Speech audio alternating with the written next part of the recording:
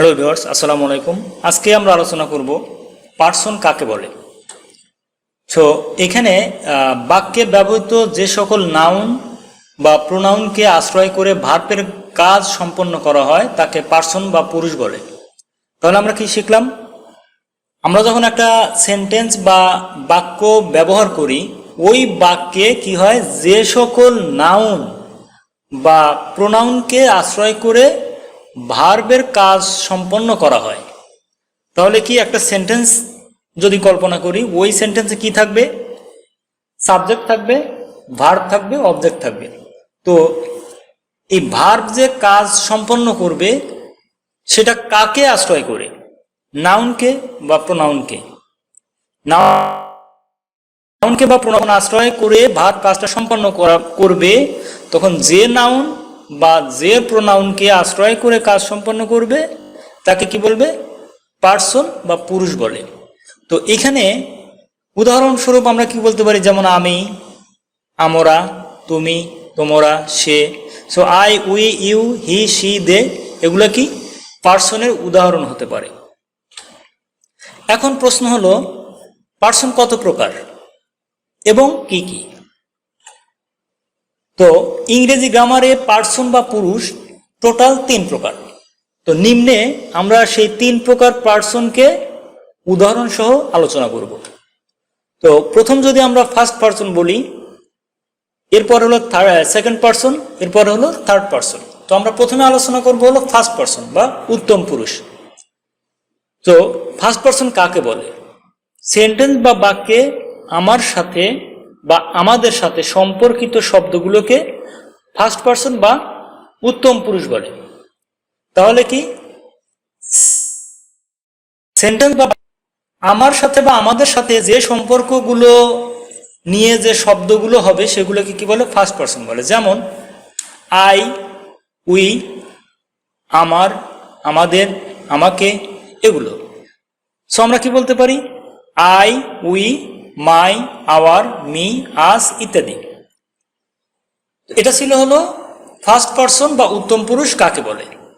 Sentence বা বাক্যে আমার সাথে সম্পর্কিত শব্দগুলোকে ফার্স্ট পার্সন বা উত্তম পুরুষ বলে। যেমন I, we, my, our, me, us ইত্যাদি। এরপরে আমরা আসবো কি কিছু ফার্স্ট পার্সনের উদাহরণ। যেমন আই, তাহলে আমি কি বলতে পারি? I read a book. I read a book. তাহলে আইটা হলো কি আমাদের ফার্স্ট পার্সন। কারণ কি? ভার্ব কোনটা? রিড, মানে পড়া। আমি একটি বই পড়ি। তো এই যে ভার্বটা আমাদের কাজটা আমরা সম্পন্ন করতেছি, পড়াটাকে সম্পন্ন করতেছি কোন নাউনকে বা কোন প্রোনাউনকে আশ্রয় করে? এই যে আই, আই কে ভার্বটা কাজ সম্পন্ন করতে, মানে আমি কাজটা সম্পন্ন করছি। সো আই রিড আ বুক। যদি বলি we are building a bridge, তাহলে বিল্ডিং নির্মাণ করাকে বোঝানো, ব্রিজ নির্মাণ করাকে বোঝাচ্ছে। তাহলে কারা ব্রিজটা নির্মাণ করছে? আমরা। তো এখানে আমরা, উই হবে হলো আমাদের কি ফার্স্ট পার্সন। সেম ভাবে this is my book.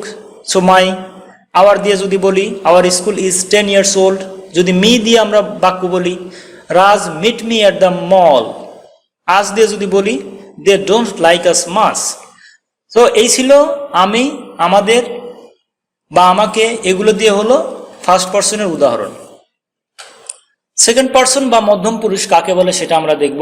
Same ভাবে সেন্টেন্স বা বাক্যে তোমার সাথে সম্পর্কিত শব্দগুলোকে সেকেন্ড পার্সন বা মধ্যম পুরুষ বলে। যেমন ইউ, ইয়োর্স, ইয়োর ইত্যাদি। সেন্টেন্স বা বাক্যে তোমার সাথে সম্পর্কিত শব্দগুলোকে সেকেন্ড পার্সন বা মধ্যম পুরুষ বলে। যেমন ইউ, ইয়োর, ইয়োর্স ইত্যাদি। আচ্ছা, উদাহরণস্বরূপ যদি আমরা বলতে যাই, ইউ দিয়ে যদি বলি ইউ আর আ স্টুডেন্ট,